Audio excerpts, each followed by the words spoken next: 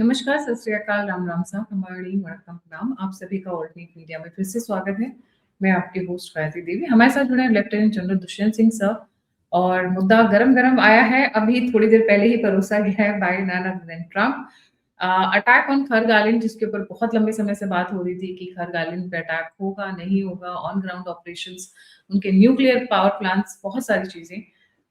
The attack has finally started taking place on the Kharg Island. Sir, a very warm welcome on the show. बहुत सारी चीजें develop होकर आई हैं last 24 hours में। जी sir. Thank you Gayatri ji. जय हिंद, जय भारत, नमस्कार, प्रणाम। आपकी लैंग्वेज में बड़ा कम भी और शास्त्रीय काल।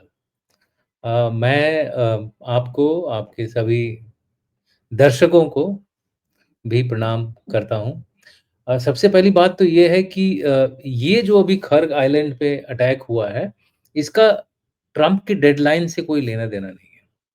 ये सिर्फ़ ऑनगोइंग जो स्ट्राइक्स चल रही हैं एक दूसरे के ऊपर, उसी का एक एक लेवल एस्केलेशन और हुआ है। अब मैं क्यों बोल रहा हूँ कि एक लेवल एस्केलेशन क्यों हुआ है? क्योंकि ईरान ने सऊदी अरेबिया की जो 4th लार्जेस्ट है दुनिया की अ,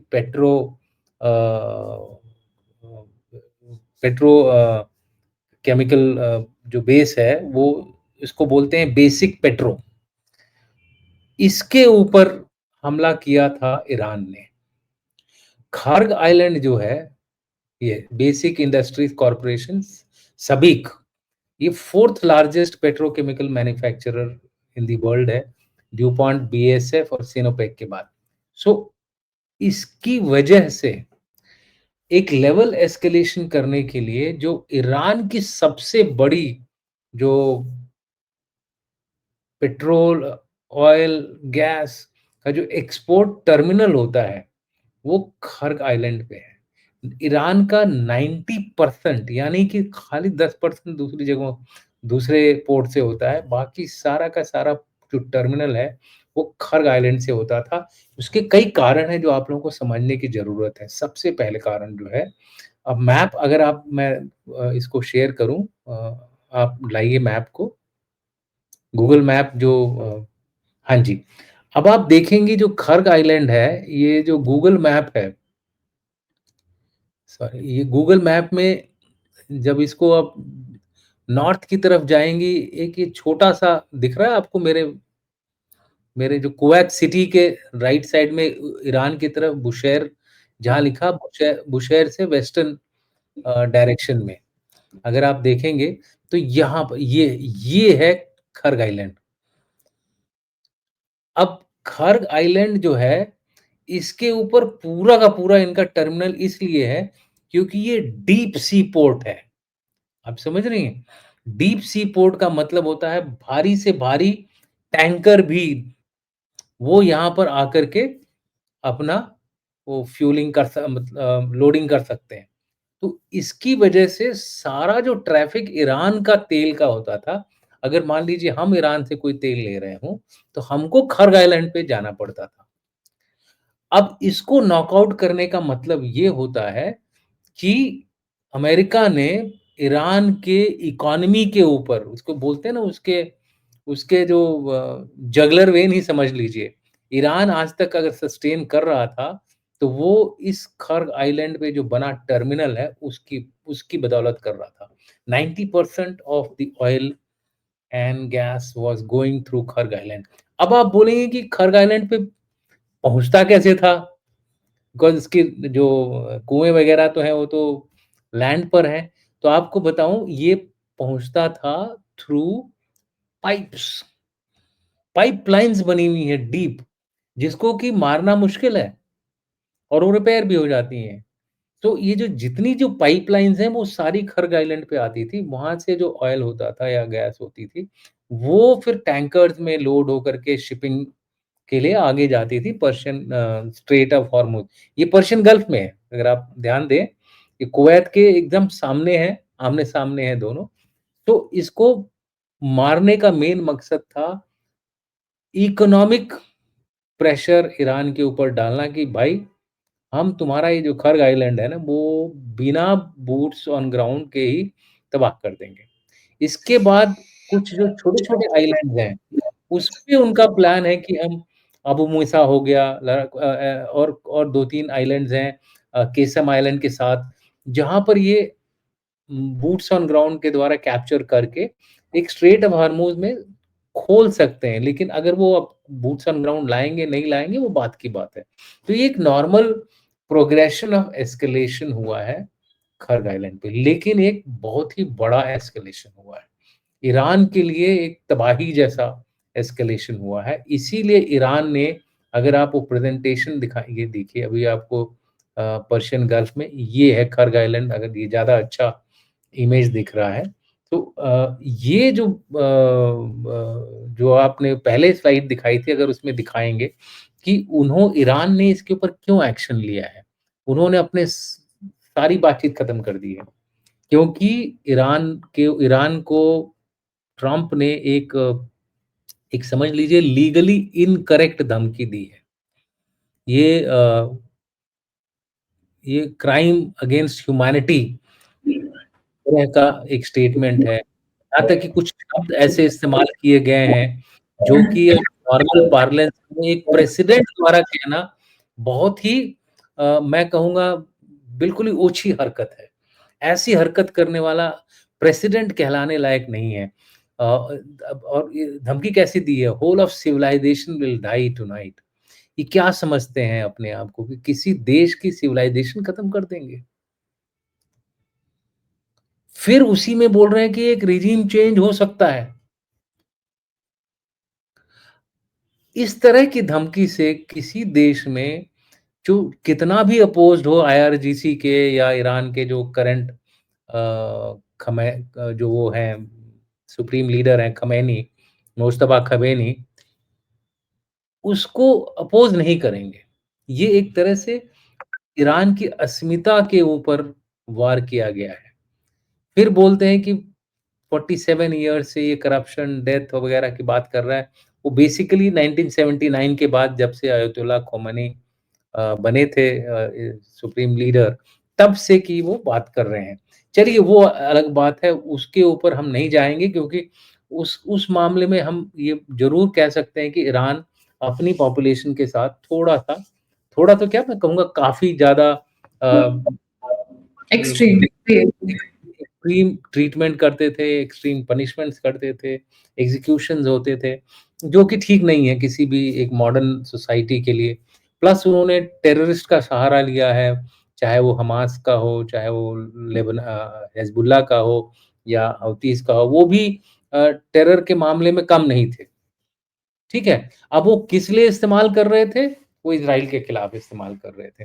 तो कहीं न कहीं उनकी गलती भी है, लेकिन इस गलती को दूसरी बड़ी गलती से सुधारना, ये तो मैं कहूँगा कि एक एक तरह से बिल्कुल ही ऐसा ऐसा कदम है जो कि एक प्रेसिडेंट के लिए तो बिल्कुल ही नागवारा है। ये हुई पहली बात। दूसरी बात, जहाँ तक वो डेडलाइन है, वो सुबह 7:30 बजे भारतीय टाइम पर खत्म होगी। उसका जो एक्शन है, वो इस पर्टिकुलर जो आपने स्टेटमेंट दिया है, उसमें कंटेन्ड है। उसमें क्या होगा, जो मेरा जहाँ तक अनुमान लगता है, बूट्स ऑन ग्राउंड अभी भी नहीं आएँगे। ये लोग एक कॉन्सन्ट्रेटेड एरियल हमला करेंगे। कई ऑप्शंस हैं उनके पास। ऑप्शन 1 है कि aerial bombarding with high intensity.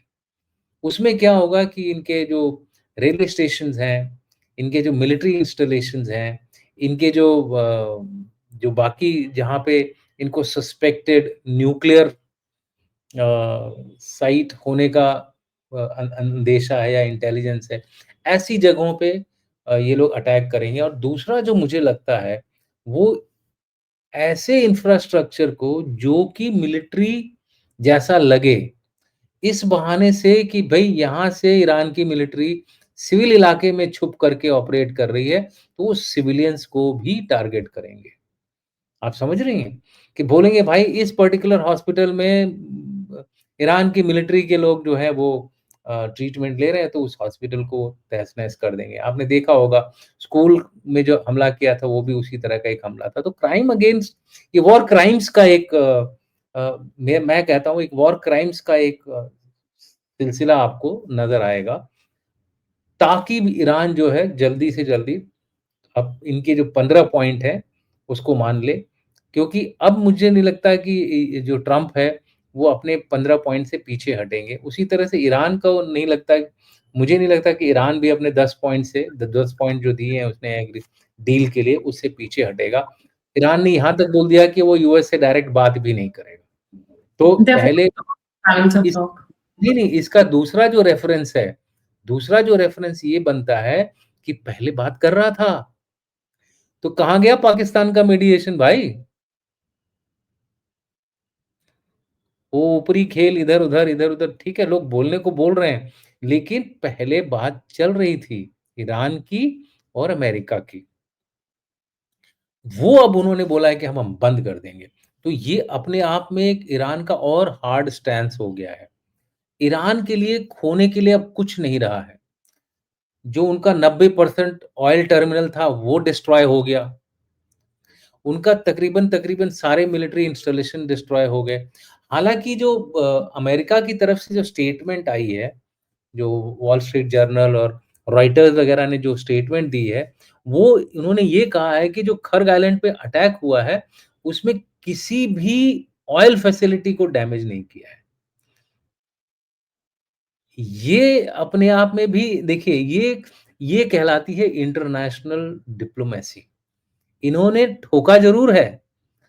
ये बोल रहे हैं कि हमने वहाँ जो सस्पेक्टेड मिलिट्री इंस्टॉलेशंस हैं, जो सस्पेक्टेड मिलिट्री वेपन सिस्टम्स लगे हुए हैं प्रोटेक्शन के लिए, खर्ग आइलैंड बहुत बड़ा उनका इम्पोर्टेंट टारगेट है, उनको तहस-नहस किया है, ताकि जब अगली बार दोबारा कोई आए तो फ्री रन मिले। अगर उनके बूट्स ऑन ग्राउंड भी आते हैं तो उनका कोई अपोज़िशन ना हो। लेकिन आप ये समझ लीजिए कि कितना भी आप एरियल अटैक कर लें, बूट्स ऑन ग्राउंड को बूट्स ऑन ग्राउंड के साथ ही लड़ना पड़ता है।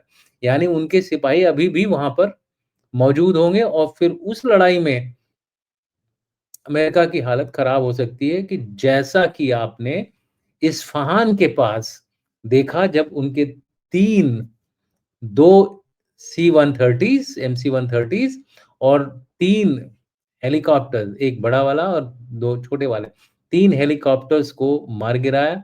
ईरान की तरफ से ये भी कहा गया है कि उनकी कुछ कैजुअल्टीज़ भी हुई हैं और इंजरीज़ भी हुई हैं और मैं इस बात को पूरी तरह से मानने को तैयार हूँ। इसलिए मानने को तैयार हूँ क्योंकि अगर उन्होंने सेल्फ डिस्ट्रॉय भी किया है इन हथियारों को और इन एयरक्राफ्ट्स को और हेलीकॉप्टर्स को, इसका मतलब तो ये हुआ ना कि खतरा था, आस-पास लड़ाई चल रही थी और वो कैप्चर हो जाते। ये दूसरा रीज़न जो बता रहे हैं कि वहाँ की जो ज़मीन थी वो बड़ी वो थी, लूज़ थी। इसकी वजह से सी-130 जो लैंड तो कर गए, बट टेक ऑफ नहीं कर पा रहे थे। चलो मान लिया टेक ऑफ नहीं कर पा रहे थे। हेलीकॉप्टर कैसे नहीं टेक हेलीकॉप्टर तो सीधा वर्टिकल जाता है। वो कैसे नहीं यानी कि दोनों तरफ से तगड़ी फाइट हुई है और उसमें जो हेलीकॉप्टर है वो अपने आप इन्होंने मारा है और हो सकता है सी-130s को भी डैमेज किया हो। पूरा कंप्लीट डिस्ट्रक्शन के लिए इन्होंने अपने आप उसको फायर कर दिया। तीसरा जो सी-130 था वो आया और इन बाकी लोगों को निकाल के ले गया है 100 कुछ तो बोलते हैं 100 कुछ बोलते हैं 200 लोगों को। इतने लोग जो हैं लड़ाई में पक्का कैजुअल्टीज़ हुई होंगी, उसको डिस्क्लोज़ नहीं किया जा रहा है। एक और चीज़ जो समझ में आ रही है, जिसके बारे में काफ़ी ज़िक्र भी हो रहा है, कि ये जो पायलट गिरे थे ना, जो पायलट और जो टेक्निकल वेपन सपोर्ट अ एयरमैन थे, कर्नल साहब, वो जो गिरे थे, वो तो साउथ में गिरे थे और ये पूरा ऑपरेशन हो रहा है इस्फ़ान में, तो दाल में कुछ काला ज़रूर है। यानी कि उनको रेस्क्यू पहले ही कर लिया गया था। इस्फ़ान में मुझे लगता है और जैसा कि कई जगह लोग बातचीत भी कर रहे हैं, इसका न्यूक्लियर कनेक्शन है कुछ। क्योंकि इस्फ़ान जो है, ईरान की न्यूक्लियर साइट है। ये हो सकता है कि वो जो कुछ लोग बोल रहे हैं कि उनको शायद कुछ इंटेलिजेंस मिली है, कि जो ईरान की यहाँ पे जो न्यूक्लियर जो एनरिच्ड यूरेनियम है, वो तकरीबन-तकरीबन 80% एनरिच्ड है। इसकी वजह से ये लोग चाहते थे कि उसको निकाल के बाहर ले आएँ और इसीलिए इतने सारे ट्रुप्स गए वहाँ पे। और ये न्यूक्लियर साइट के बहुत नज़दीक है। हो सकता है कोई बंदा कुछ उसका सैंपल लेके आ रहा हो, जिसको कि ये निकालने के लिए इतना बड़ा ड्रामा किया गया। लेकिन वो उस ड्रामे में हो गया, कल्याण हो गया और ये आपको याद दिलाता है 1980 वाला जो सीन हुआ था जब एक सी-130 और एक हेलीकॉप्टर के बीच में आपस में ही टक्कर हो गई थी। उस टाइम पर भी इसी तरह की जो इमेजेस मीडिया में आई थी जिसकी वजह से जिमी कार्टर को अपनी प्रेसिडेंसी से हाथ धोना पड़ गया था। कहीं ट्रंप का वो ना हाल हो जाए क्योंकि अमेरिका के अंदर अब इसके ऊपर काफ़ी डिबेट चल रहा है कि क्या वो रेस्क्यू के लिए ही था या फिर कुछ और भी डिज़ाइन थी जिसमें कि तकरीबन $2 बिलियन खर्चा अमेरिका का खाली इसी ऑपरेशन में हो गया। तो क्या वो 2 is it worth that $2 billion? हाँ, आप क टोटल करिए ना। एक सी-130 जो है 150 मिलियन का है ओके। और 300 मिलियन का तो यही हो गया। हुँ, अब लगाइए आपका ये जो क्या बोलते हैं हेलीकॉप्टर्स 150-200 मिलियन के ये हो गए। हुँ, इसी तरह से जो बाकी इक्विपमेंट वगैरह इधर आया है, उनका जो आने-जाने में खर्च वगैरह हुआ है, 600-700 मिलियन तो हो ही गया है। प्लस जो इसमें और भी इसके सपोर्ट में सिस्टम गए हैं।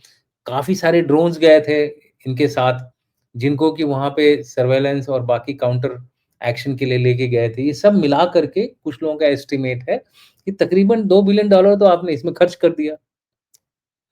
तो अमेरिका जो है तिलमिलाया हुआ है, चिड़चिड़ाया हुआ है। इसीलिए जो ट्रम्प ने जो स्टेटमेंट दी है ना, वो जो गंदी सी, मुझे लगता है सिविलाइज़ डेस्परेशन वाली स्टेटमेंट है। वो चिढ़ गया है कि भाई कैसे एक देश मेरे को इस तरह से सर, आपने 2 बिलियन की बात की, अभी 10 मिनट यूएस स्टॉक मार्केट खुले हुए हो गए हैं बिकॉज़ रेड वाज़ फ्लैग पूरा सामने आ रहा था। 330 crore lost in just 10 minutes, देखिए 330 करोड़ 10 मिनट उ के उ अंदर। उसका उसका एक कारण ये भी है। एक तो सऊदी अरेबिया का जो मजीद पेट्रोकेमिकल वो उड़ा दिया, इधर खर्क का उड़ गया। हो क्या रहा है? दुनिया का पूरा तेल इधर से जाता था। अब सारे मार्केट डाउन ही होंगे, अब तो कोई होगा नहीं। ये अमेरिका का जो प्रेसिडेंट है मुझे लगता है वो बीमार हो गया है, मेंटली बीमार हो गया है वो। अब उसे समझ में नहीं आ रहा है कि वो करे क्या? उसे ये हज़म नहीं हो रहा है कि एक छोटा-सा देश जिसको कि वो सोच रहा था कि तीसरे दिन ही वेनेज़ुएला की तरह वो लेके चला जाएगा। इतने दिन तक आज 38वाँ दिन है। और सर इतने इतने दिन तक लड़ाई कर सकता है उसके तो मतलब दिमाग के परे चल रहा है इस समय। तो सर तो मुझे लगता है कि अब देखिए उसने आज सुबह ट्वीट करा ट्वीट क्या प्रेस कॉन्फ्रेंस में बोला, ना मुझे यूरोप सपोर्ट कर रहा है, ना मुझे जापान सपोर्ट कर रहा है, ना मुझे ऑस्ट्रेलिया सपोर्ट कर रहा है। तो उस पर मैंने एक काउंटर ट्वीट किया है, मैं पढ़ के सुनाऊँ तो बड़ा अच्छा लगेगा। सुबह से काफ़ी उस पे व्यूज़ भी आ गए हैं और आपके आपके जो दर्शक हैं उनको भी बताता हूँ मैं।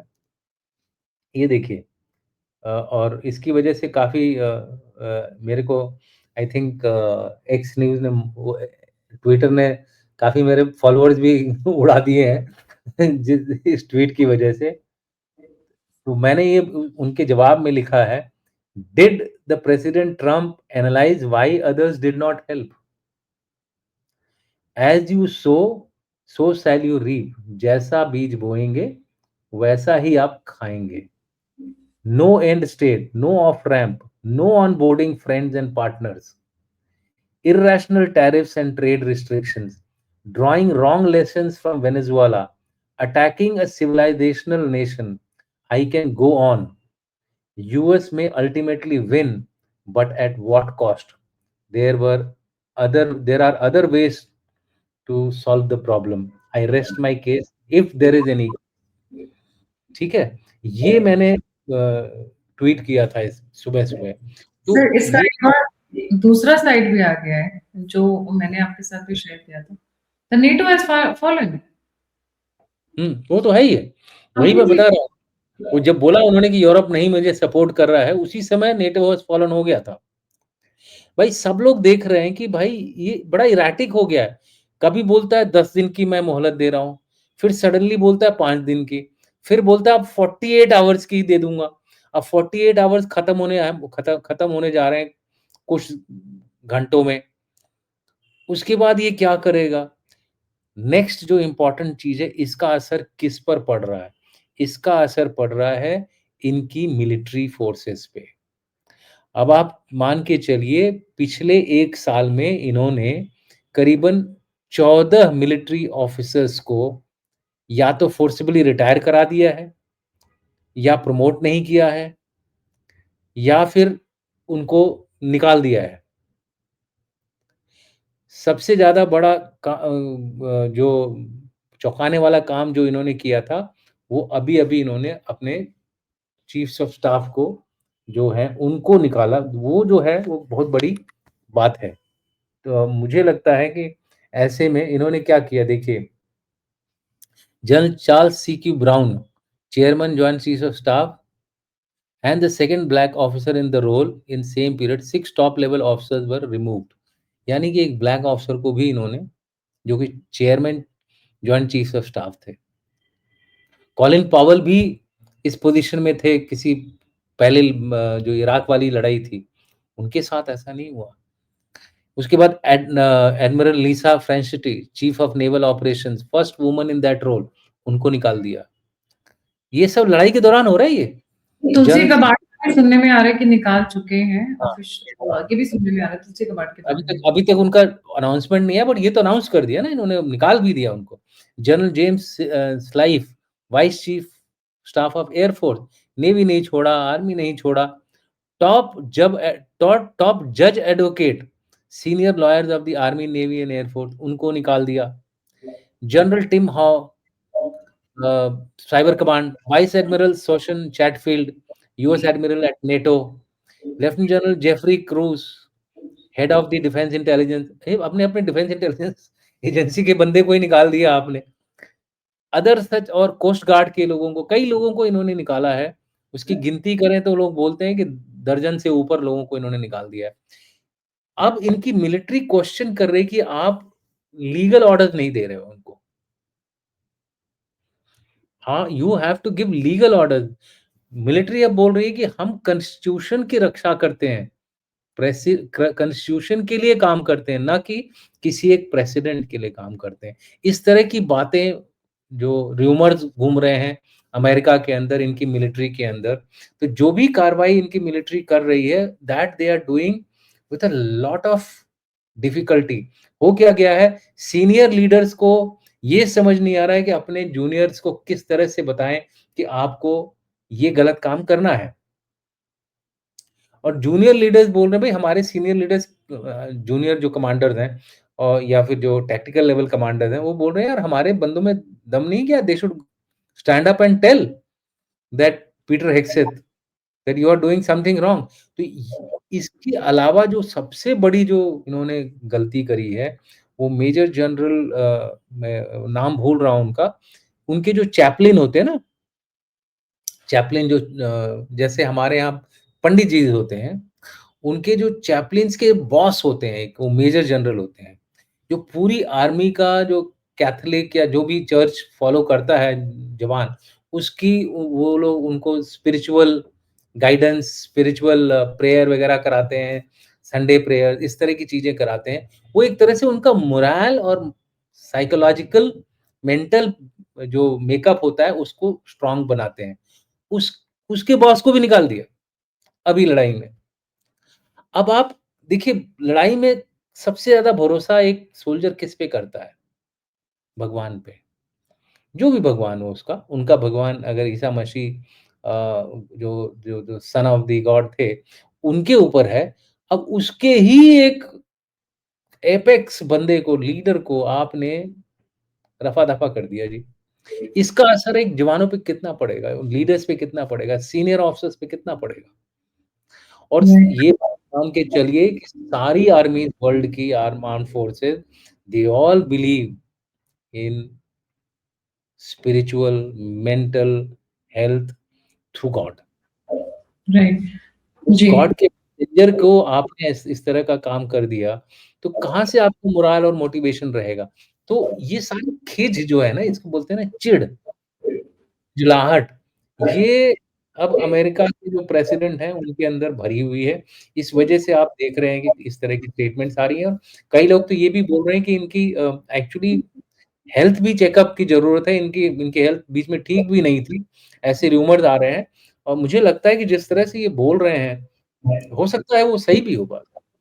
आई वुडन्ट बी सरप्राइज्ड, बट एक सर और अभी अ, आधे घंटे पहले जब हमने रिकॉर्ड करना शुरू किया, एक और बड़ा इंटरेस्टिंग न्यूज़ आया है। ये ईरान के मेजर जनरल अब्दुल्ला कह रहे हैं the use of a new secret weapon will begin soon and it will bring an end to the enemy's operations. ये secret weapon क्या है sir? Iranians are not known to make such kind of comments. That वो okay, US की Trump की है बस। Okay, देखिए, अब क्या चल रहा है, लड़ाई दोनों तरफ से एक तरह से आप समझ लीजिए both sides are hitting a wall. मतलब उनके उनके पास ऑप्शंस अब दिख नहीं रहे हैं। एक जो है साइड वो बूट्स ऑन ग्राउंड नहीं भेजना चाहती, स्पेशल फोर्सेस वगैरह भेज देगी लेकिन एक एन मास आर्म्ड फोर्सेस को नहीं भेजना चाहती है। दूसरी साइड वो है कि भाई उसके पास अब कुछ रह ही नहीं गया है। सो अब एक ब्लफिंग गेम चल रहा है, गैम्बलिंग का गेम चल रहा है। कौन पहले आँख मचकाएगा? Who will blink first? अब उस चक्कर में एक डेडलाइन बढ़ा रहे हैं। डेडलाइन में डेड एक सब्जेक्ट एक वो होता है, वर्ड है डेडलाइन में डेड एक वर्ड है। तो deadlines are meant to die, समझ रहे हैं? और इसी तरह इनका जो ब्लफ है, ये भी काफ़ी दिन से चल रहा है इनका। अभी तो हमने अपना असली हथियार नहीं खोला है, तब उन्होंने वो 4000 किलोमीटर वाला मिसाइल फायर किया, जो कि डाइगो गार्सिया पे किया था। हालाँकि वो पहुँच नहीं पाया। फिर उन्होंने इनके एयरक्राफ्ट कैरियर्स की तरफ भी ड्रोन्स और मिसाइल मारे। इनके पास बैलिस्टिक मिसाइल की कैपेबिलिटी भी है। मुझे जहाँ तक लगता है एक वीडियो फैला हुआ है मिस इन्फॉर्मेशन का। एक जियांग प्रोफ़ेसर जियांग करके एक आदमी है, आप इसका वीडियो देखिएगा। इन्होंने एक वीडियो ये बहुत पॉपुलर हो गए, ओवरनाइट पॉपुलर हो गए हैं। ये चाइनीज़ कैनेडियन सिटिज़न है, यानी कि चाइना ओरिजिन के हैं, कैनेडियन सिटिज़न है। पहले ये बड़ा pro freedom of speech, pro America इस तरह की बातें करते थे। ये मिडल स्कूल के टीचर हैं। अब प्रोफ़ेसर कहलाते हैं अपने आप को। ये अब सडनली चाइना चले गए हैं और चाइना से इन्होंने अपना पूरा का पूरा जो वो है ना वो ही बदल दिया है। चाइना से जो यूट्यूब चला रहे हैं, उसका पूरा-पूरा अपना जो टेक था वही बदल दिया। प्रो वेस्ट के बदले अब प्रो चाइना हो गए हैं ये। और उसके अलावा प्रो चाइना तो ठीक है और चाइना के बारे में कोई कुछ गलत बात नहीं कर रहे हैं। उनकी इकोनॉमी खराब हो गई, उनका रियल एस्टेट डूब गया, उनका जो हथियार फेल हो रहे हैं जहाँ भी जा रहे हैं, इन सब चीज़ों के बारे में बात नहीं कर कहीं भी अगर आपने देखा हो, चाइनीज़ के हथियार जहाँ-जहाँ लोग ले जा रहे हैं, वो फेल हो रहे हैं। अभी-अभी उन्होंने कुछ देर पहले एक यूट्यूब प्रोग्राम निकाला व्हिच इज़ मेरे हिसाब से हो सकता है सही भी हो, डिसइन्फॉर्मेशन कैंपेन जिसको बोलते हैं। और उसमें उन्होंने क्लेम किया है कि रशिया ने पूरे लॉजिक के साथ समझाया है कि किस तरह से रशिया ने ईरान को सरमात बैलिस्टिक मिसाइल दी है, जिसकी रेंज जो है 18,000 किलोमीटर होती है। ये सारी चीज़ें बोली है उन्होंने। 18,000 किलोमीटर है उसकी रेंज है। ये एक हाइपरसोनिक मिसाइल है। इसमें से एक मिसाइल से 15 अ, मिनी मिसाइल निकलती हैं, इंडिपेंडेंटली टारगेटेड 15 की 15 अलग-अलग टारगेट्स पे होती हैं। इसको आप रोक नहीं सकते हो किसी भी सिस्टम से। ये साउथ पोल, नॉर्थ पोल के ऊपर से भी जा सकती है क्योंकि 18,000 किलोमीटर इसकी रेंज है और ये जो मिसाइल है, न्यूक्लियर है। तो ये बोल रहे हैं कि रशिया ने ईरान को 1000 सरमत मिसाइल्स दे दी हैं। RS-18 इसका नाम है। अब इसकी जो सच्चाई ये है कि रशिया खुद इसको डेवलप कर रहा है। इसके उनके पास पुराना वर्ज़न है इसका। ये जो सरमत 8 मिसाइल जो नई वाली की बात हो रही है, वो खुद अभी डेवलप कर रहा है। कई सारे टेस्ट हुए हैं, उतना अभी सक्सेसफुल नहीं हुआ है। तो उसके पास ही नंबर नहीं है, तो ईरान को कहाँ से देगा? हो सकता है ये जो ईरान की जो स्टेटमेंट आप दिखा रही हैं, it is part of that bluffing game और एरियल बम्बार्डमेंट का। अब ये है नैरेटिव वॉर या इन्फॉर्मेशन वॉर या मिस इन्फॉर्मेशन वॉर का गेम चल रहा है और इसमें चाइना जो है मदद कर रहा है। ये प्रोफेसर जियांग जो हैं, इनकी वजह से। इनकी इंग्लिश बहुत अच्छी है, क्योंकि ये कनाडा में पढ़े हुए हैं, तो इनकी बहुत अच्छी है और उसकी वजह से ये काफ़ी अपने आप को इम्प्रेस कर पा रहे हैं। इन्होंने करीबन कुछ ही महीनों में 8 मिलियन 3-4 वीडियोज़ के इनके 8 मिलियन व्यूज़ हो गए हैं। तो इसलिए वेस्ट में बड़ा इसका इम्पैक्ट पड़ रहा है और अमेरिका में ख़ास तौर से लोग इनके वीडियोज़ बहुत ज़्यादा नंबर्स में देख रहे हैं, जिसकी वजह से अमेरिका के अंदर प्रेशर हो रहा है। तो ये जो बोल रहे हैं ना कि हम सीक्रेट वेपन निकालेंगे, ये दोनों का मुझे कहीं लिंक नज़र आ रहा है। तो हो सकता है कि वो लेकिन सच्चाई नहीं है इसमें। ये जो सरमत रशिया दे रहा है, ये सच्चाई नहीं है, ये इंटरनेशनल रूल्स रेगुलेशंस के खिलाफ है। रशिया इतना ऐसे नहीं काम करेगा। उसने बड़े लॉजिक से समझाया है कि कैसे गया है, कैस्पियन सी के थ्रू आया है, over a period of time आया है। जब शुरू में ही जब ये ईरान वगैरह जब रशिया यूक्रेन का लड़ाई चला, तभी से ये ईरान को रशिया धीरे-धीरे ये भेज रहा था और इसीलिए वो पकड़ा नहीं गया अमेरिकन इंटेलिजेंस द्वारा या वेस्टर्न इंटेलिजेंस के द्वारा। ये सारी चीज़ें उसने बताई हैं, बट मैं इसको मानता नहीं हूँ। मुझे लगता है कि ये मिस इन्फॉर्मेशन कैंपेन जो होता है, वो उसका उसका हिस्सा है। तो मैं यहीं पे अपनी बात को समाप्त करता हूँ। मुझे लगता है कि अभी और खेल बाकी है और गेम बाकी है। देखते रहिए आगे क्या होता है। एस्केलेशन बढ़ता जा रहा है एंड लुक्स लाइक कि जो प्रॉब्लम है गैस सिलेंडर की एंड बाकी चीज़ों की, even the government of India बोल रही है हर घर में इंडक्शन होना चाहिए। हम लोग सभी इंडक्शन यूज़ कर रहे हैं आज की डेट में and I think it's a good way. But ये सिचुएशन ये जो हो रही है, जो सॉल्व होती हुई नज़र आ रही थी, अब तो लग रहा है कि और एस्केलेट होने वाली है, क्योंकि अभी सर जब आप और मैं बात कर रहे थे, तो इज़राइल के ऊपर काफ़ी बड़े-बड़े अटैक्स हुए हैं ईरान की तरफ से और वो इज़राइल ने खर्ग आइलैंड का बदला लेगा वो। खरगा वो उन्होंने ऑलरेडी बोल दिया है कि हम अब नहीं रुकेंगे। So let's see till what आज की रात में क्या-क्या होता है, कल सुबह देखते हैं। बट लुक्स लाइक कि एक एक बड़ा इंटरेस्टिंग है सर, पहले wars used to be in the day time, now the wars are in the night time. नहीं, ये ये बहुत पुरानी बात है। आजकल वॉर नाइट में ही होते हैं। पिछले कई जी, सालों से पिछले कई सालों से ये पुरानी कहावत है। क्या बोलते हैं, महाभारत वगैरह के टाइम पे दिन में लड़ाइयाँ हुआ करती थी और अभी जो मुगल पीरियड वगैरह में उस समय दिन में लड़ाइयाँ हुआ करती थी। आजकल ये मॉडर्न वॉरफेयर में ये शिवाजी ने ही तोड़ा है इस पूरे रूल को। वही रात में जाते थे, गुरिल्ला वॉरफेयर की लड़ाई करते थे। उन्होंने हाँ कितना जी, डिसाइड किया है। अगर शिवाजी की किताब को पढ़ें तो उन्होंने बहुत सारी चीज़ें, शिवाजी का इतिहास पढ़ें तो बहुत सारी चीज़ें उन्होंने वॉरफेयर की शुरू करी थी। So ji. Thank you very much. Thank you so much sir for joining. जाने से पहले सभी व्यूअर्स से रिक्वेस्ट है, please don't forget to like, subscribe and share the alternate media. अगर आप मेरी सहायता और मदद करना चाहते हैं, तो दिए हुए नंबर और यूपीआई पे आप मुझे कंट्रीब्यूट कर सकते हैं। आप मुझसे जुड़ना चाहते हैं, इन्फॉर्मेशन शेयर करना चाहते हैं, तो सभी लिंक्स डिस्क्रिप्शन में। इसी के साथ जय हिंद, जय श्री राम, हर हर महादेव।